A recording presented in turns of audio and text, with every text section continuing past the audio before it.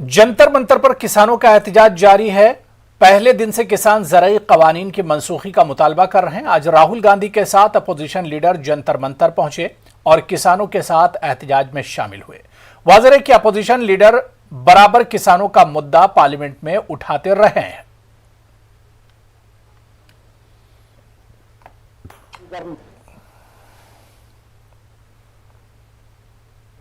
राजस्थान और आगे सब विपक्ष की पार्टीज ने मिलकर यहाँ जो किसान की समस्या है और जो ये काले कानून है उनको हटाने के लिए अपना पूरा यहाँ सपोर्ट दिया। पार्लियामेंट में आप जानते हैं क्या हो रहा है। पार्लियामेंट में हम पेगासस की बात करना चाहते हैं, वहाँ पे वो पेगासस की बात नहीं होने दे रहे हैं। नरेंद्र मोदी जी हर हिंदुस्तानी के फोन के अंदर घुस गए हैं और यहाँ पे हम किसानों को, हिंदुस्तान के सब किसानों को अपना पूरा का पूरा समर्थन देने आए। चर्चा से कोई काम नहीं चलेगा। ये काले कानून है, इनको रद्द करना है। पार्लियामेंट के दोनों ऐवान 9 अगस्त तक के लिए मुलतवी कर दिए गए हैं। पीर को 11 बजे से फिर पार्लियामेंट के दोनों ऐवानों की कार्रवाई शुरू होगी। पार्लियामेंट के मानसून सेशन के दौरान अब तक हंगामा ही देखने को मिला। अपोजिशन और दूसरी जो अपोजिशन की पार्टियां हैं वो कई इश्यूज पर सरकार को घेर रही हैं। जासूसी, पेगासस का मामला हो, किसानों का मामला हो और इसके अलावा महंगाई एक बड़ा मुद्दा है जिस पर अपोजिशन लगातार सरकार को घेर रहा है।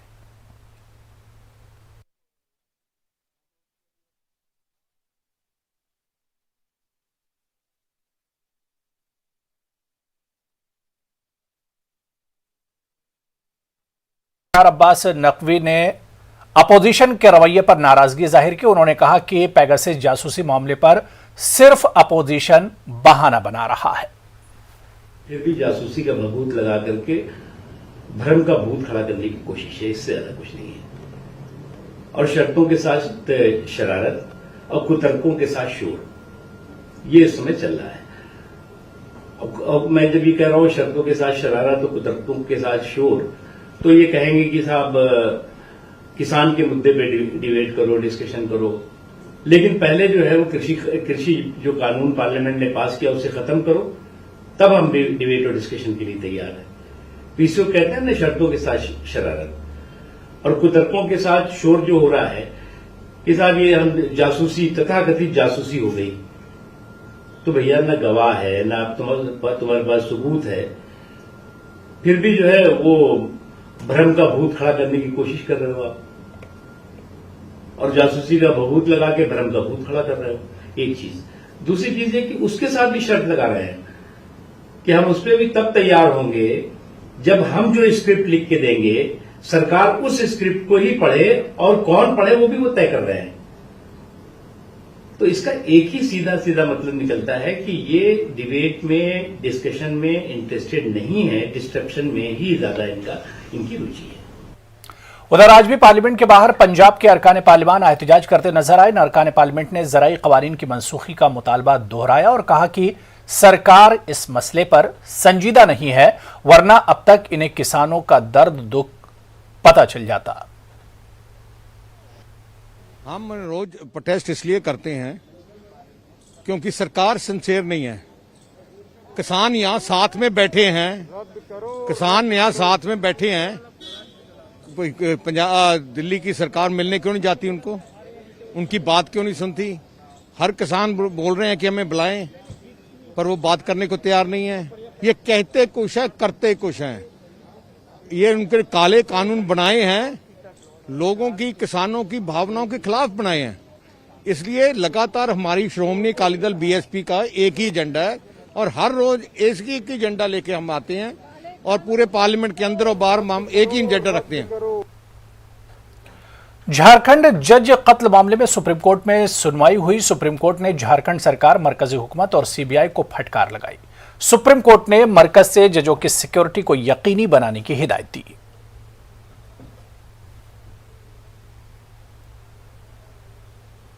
झारखंड में हुए जज के मौत के मामले में सुप्रीम कोर्ट ने झारखंड सरकार को जम के फटकार लगाई और सुप्रीम कोर्ट ने न केवल झारखंड सरकार बल्कि केंद्र सरकार और सीबीआई को भी फटकार लगाई। मामले की सुनवाई करते हुए साफ तौर से सुप्रीम कोर्ट ने कहा कि 2019 में ही सुप्रीम कोर्ट ने जजों की सुरक्षा को लेकर केंद्र सरकार से अपना जवाब दाखिल करने के लिए कहा था, लेकिन अब तक केंद्र सरकार के द्वारा जवाब दाखिल नहीं किया गया। वहीं कुछ मामलों में सीबीआई को भी जांच के आदेश दिए गए थे, लेकिन सीबीआई के भी व्यवहार में किसी भी प्रकार से कोई बदलाव देखने को नहीं मिला। हालांकि झारखंड के मामले में सुप्रीम कोर्ट ने कहा कि वहां पर कोल माफिया इतने एक्टिव हैं कि ऐसे में इस प्रकार की घटना और दर्दनाक घटना सामने आई और ये कहीं ना कहीं अपने में एक स्टेट फेलियर है। बहरहाल सुप्रीम कोर्ट ने इस पूरे मामले में केंद्र सरकार को ये कहा है कि जजों की सुरक्षा को लेकर केंद्र सरकार 1 हफ्ते में सुप्रीम कोर्ट में हलफनामा दाखिल करे। वहीं सुप्रीम कोर्ट ने सभी राज्यों को देश भर में जजों की सुरक्षा को लेकर अपने अपने राज्यों की व्यवस्था क्या है उसको लेकर हलफनामा दाखिल करने के लिए कहा है। बहरहाल सुप्रीम कोर्ट झारखंड में जो जज की मौत हुई है उस मौत की जांच के मामले में 9 अगस्त को सुनवाई करेगा। वहीं तमाम राज्यों से जजों की सुरक्षा को लेकर एक विस्तृत हलफनामा दाखिल करने के लिए कहा है, जिस पर सुप्रीम कोर्ट 17 अगस्त को सुनवाई करेगा। कैमरामैन रमेश के साथ सुशील पांडे, न्यूज़ 18 दिल्ली।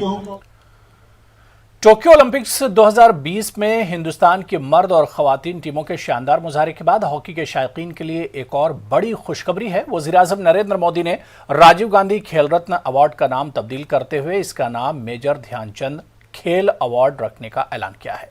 वज़ीर-ए-आज़म ने ट्वीट करते हुए जानकारी दी कि इन्हें राजीव गांधी खेल रत्न अवार्ड का नाम मेजर ध्यानचंद के नाम से रखने के लिए कई लोगों ने तजवीज़ रवाना की थी, जिसका इस्तकबाल करते हुए उन्होंने राजीव गांधी खेल रत्न का नाम तब्दील किया है। तो वहीं राजीव गांधी खेल रत्न का नाम तब्दील करने पर रद्द-ए-अमल जाहिर करते हुए कांग्रेस लीडर दिग्विजय सिंह ने कहा कि इन्हें या कांग्रेस को मेजर ध्यानचंद के नाम से कोई दिक्कत नहीं है, वो हमारे लिए मिसाली हैं। दिग्विजय सिंह ने कहा कि नरेंद्र मोदी को खुद से बहुत प्यार है, उन्होंने सरदार पटेल स्टेडियम का नाम अपने नाम पर रख लिया, इसे भी अपने ही नाम पर रख लेते। राजीव गांधी ने भी प्रधानमंत्री के रूप में खेल को बढ़ावा दिया था और ध्यानचंद जी के नाम से स्टेडियम भी रखा गया था, नामकरण पहले किया गया था। मेजर ध्यानचंद जी हमारे लिए एक आदर्श रहे हैं हॉकी के लिए, तो इसलिए हमें उसमें आपत्ति नहीं है। लेकिन ये नरेंद्र मोदी जी ने जो नाम ध्यानचंद जी के नाम से रखा है, अच्छा होता खुद के नाम से रख लेते, क्योंकि उनको अच्छा लगता है। मध्य प्रदेश में आए सैलाब को लेकर बीजेपी और कांग्रेस के बीच इल्जामात की सियासत जारी है। भोपाल हुजूर असेंबली हलके से बीजेपी के रुकने असेंबली और साबिक प्रोटेम स्पीकर रामेश्वर शर्मा ने पूरे मुल्क में सैलाब और कहतसाली के लिए कांग्रेस को मौर्दे इल्जाम ठहराया। रामेश्वर शर्मा का कहना है कि साबिक आजहानी वज़ीर-ए-आज़म अटल बिहारी वाजपेयी के जरिए नदियों को जोड़ने का प्रोजेक्ट तैयार किया गया था, लेकिन कांग्रेस की हुकूमतों के जरिए मौजूदा प्रोजेक्ट पर काम नहीं किए जाने से आज न सिर्फ मध्य प्रदेश बल्कि पूरे मुल्क को सैलाब और कहतसाली से दो चार होना पड़ रहा है। तो वहीं कांग्रेस ने बीजेपी के इल्जाम पर जवाबी हमला करते हुए अपने दागदार दामन को देखने का मशवरा दिया। मध्य प्रदेश कांग्रेस मीडिया सेल के इंचार्ज जीतू पटवारी का कहना है कि जब शिवराज सिंह और इनके वजीरों को काम की जरूरत थी, तब सभी लोग बंद कमरों में मीटिंग फोटो सेशन में मसरूफ थे। हुकूमत के जरिए वक्त पर काम किया गया होता तो इलाके में इतनी बड़ी तबाही नहीं आती। शिवराज हुकूमत में बदनवानी कितनी है, इसे बताने के लिए सैलाब में बह जाने वाले 6 पुल देखे जा सकते हैं। पूरे देश में बाढ़ की और सूखा की वजह ही कांग्रेस है, और उसका कारण मैं आपको बता दूं कि श्रीमान अटल बिहारी वाजपेयी लाए थे नदी जोड़ो अभियान, और अगर उस समय उस प्रस्ताव पर काम हो जाता तो ना अधिक वर्षा से कोई क्षेत्र बाढ़ प्रभावित होते और ना कम वर्षा से सूखा क्षेत्र घोषित होते। क्योंकि नदियों को अगर हम एक दूसरे से लिंक कर देते, क्योंकि हम ये मानते हैं कि कुछ ही नदी हैं जो बारहमासी हैं, बाकी नदी बरसाती हैं, और बरसाती नदियों का जो पानी का फ्लो आता है उसको हम बारहमासी नदियों में और आसपास के नालों में जब कन्वर्ट कर देते तो सारे क्षेत्र में पानी होता, रिचार्ज भूमि होती, हरियाली जिंदा होती, और बाढ़ की त्रासदी से किसी को जान देनी नहीं पड़ती और सूखे के कारण भी किसी को परेशान होना नहीं पड़ता। हर पहलू पर शिवराज सिंह और उनकी सरकार फेल हुई। बाढ़ भयावता थी, उसकी प्री मानसून की तैयारी करनी थी, शिवराज जी सफारी कर रहे।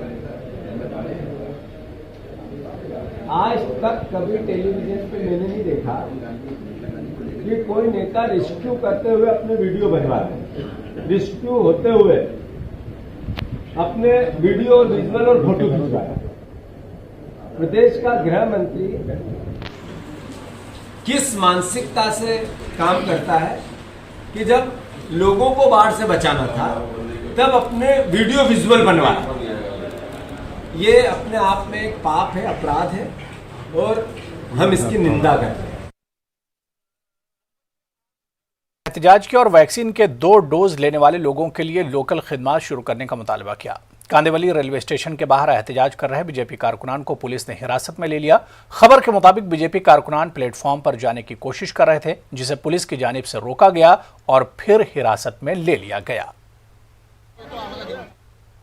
भारतीय जनता पार्टी की मांग है कि जिस तरह से बीएसटी की बसें चल रही हैं, मेट्रो चल रही है, आने वाले दिनों में जिन्होंने 2 डोज ले लिया है ऐसे सारे लोगों के लिए मुंबई की जीवन रेखा लोकल ट्रेनें चालू होनी चाहिए। देखिए, आज यहाँ पर हम लोग इस असुली सरकार के खिलाफ जनता का हक असुली करने के लिए भारतीय जनता पार्टी के सभी कार्यकर्ता आज यहाँ पर मैदान में आए हुए हैं।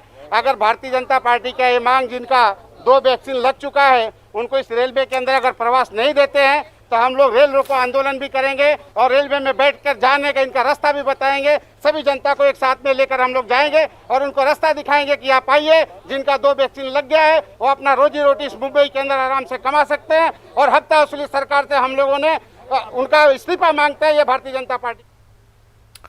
कोरोना की दूसरी लहर में मुल्क भर में ऑक्सीजन की किल्लत महसूस की गई। ऐसे में कई साहिब सरवत अफराद और कई तंजीमें आगे आईं और उन्होंने जरूरतमंदों को ऑक्सीजन की फराहमी कराई। दिल्ली के ड्रग कंट्रोल डिपार्टमेंट ने जुमेरात को दिल्ली हाईकोर्ट को यह मालूमात फराहम की कि कोरोना वायरस इन्फेक्शन की दूसरी लहर के दौरान दिल्ली में बगैर किसी गलत इरादे के ऑक्सीजन खरीदने और तकसीम करने वाले अच्छे लोगों के खिलाफ कानूनी कार्रवाई नहीं की जाएगी। दिल्ली हुकूमत की तरफ से पेश होने वाले सीनियर एडवोकेट राहुल मेहरा ने कहा कि उन्होंने फैसला किया है कि इन समाजी तंजीमों, अफराद और गुरुद्वारों पर मुकदमा न चलाया जाए जो बगैर किसी गलत इरादे के ऑक्सीजन खरीदकर कोरोना के मरीजों में मुफ्त तकसीम कर रहे थे। तो वहीं मुल्क भर में अब कोरोना के मामलों में इजाफा देखा जा रहा है। पिछले 24 घंटों के दौरान 44,000 से ज्यादा कोरोना के नए मामलों की तस्दीक हुई है। इसी दौरान 464 मरीजों की मौत हुई, जबकि 41,000 से ज्यादा मरीज सेहतयाब भी हुए। मजमूई तौर पर मुल्क में 4 लाख से अफराद कोरोना की वजह से फौत हो गए। फिलहाल 4 लाख से ज्यादा एक्टिव केसेस मौजूद हैं।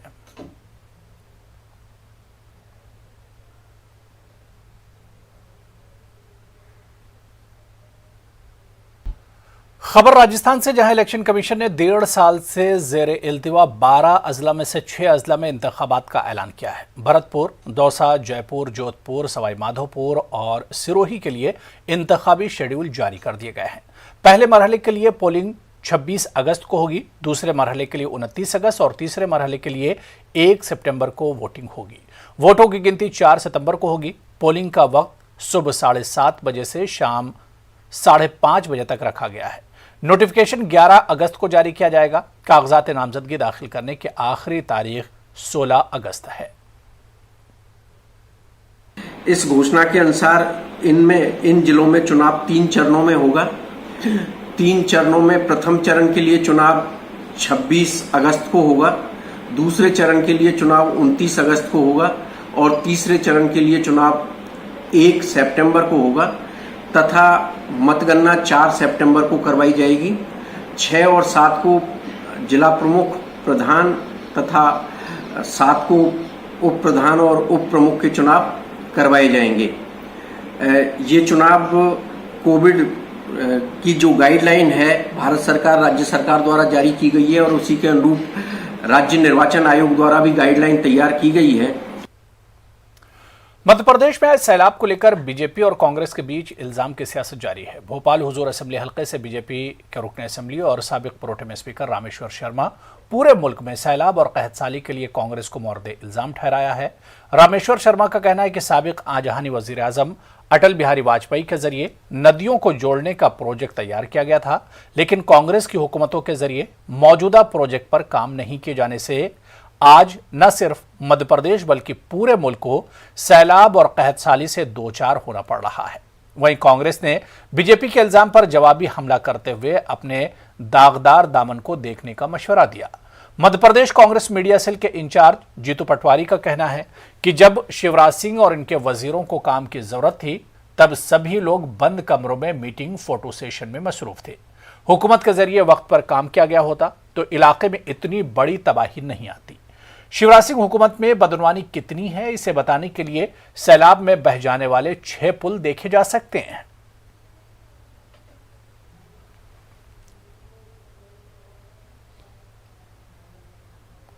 न्यूज़ 18 उर्दू ने हमेशा आम आदमी की आवाज बनने की कोशिश की। सिर्फ खबरों पर इन्हिसार के बजाय लोगों के मसाइल ऐवानों तक पहुंचाना हमारा अव्वलीन मकसद रहा, जिसके मुस्बत असरात भी जाहिर हो रहे हैं। जी हां, औरंगाबाद में उर्दू असातिज़ा सिलेक्शन के बावजूद पिछले 2 साल से म्युनिसिपल कॉरपोरेशन के चक्कर काट रहे थे, लेकिन जब न्यूज़ 18 उर्दू ने इस खबर को नश्र किया तो महज 2 हफ्तों में उर्दू मीडियम के 1 दर्जन असातिज़ा को अपॉइंटमेंट लेटर मिल गया। वो कैसे, देखिए रिपोर्ट। 2 साल का अर्सा हो गया तो बस आजकल पे बात टाल रहे और अभी तक हम लोगों को ज्वाइनिंग लेटर नहीं दिए। 10 जनवरी 2020 से पहले हो जाना चाहिए था। इसके बारे में प्रशासकीय महोदय ने डिटेल्स मांगे हैं। अब ये तयफुल कब पूरा होता है इसका इंतजार है। न्यूज़ 18 उर्दू के खसूसी बुलेटिन खास बात इंडिया में 14 जुलाई 2021 को ये खबर नश्र हुई थी।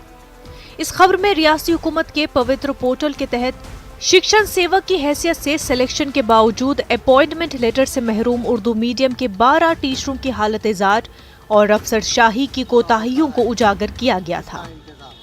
न्यूज़ 18 उर्दू की इस खबर का असर ये हुआ कि बरसों का इंतजार हफ्तों में सिमट गया और 2 हफ्ते भी नहीं गुजरे थे कि उर्दू मीडियम के 12 टीचरों के चेहरों पर मायूसी की जगह मुस्कुराहट ने ले ली।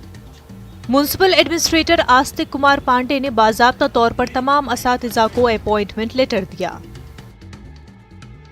औरंगाबाद महानगर पालिका में उर्दू शिक्षकों की कमी को ध्यान में रखते हुए महाराष्ट्र राज्य शिक्षण संचालनालय की तरफ से पवित्र पोर्टल के माध्यम से 12 शिक्षक सेवकों की नियुक्ति की प्रक्रिया 2019 में शुरू की गई थी।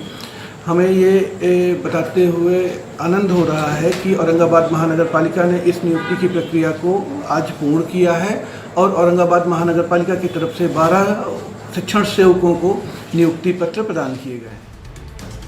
न्यूज़ 18 उर्दू ने उर्दू असातिज़ा के मामले को लेकर कॉरपोरेशन के आला हुक्काम से रुजू किया था।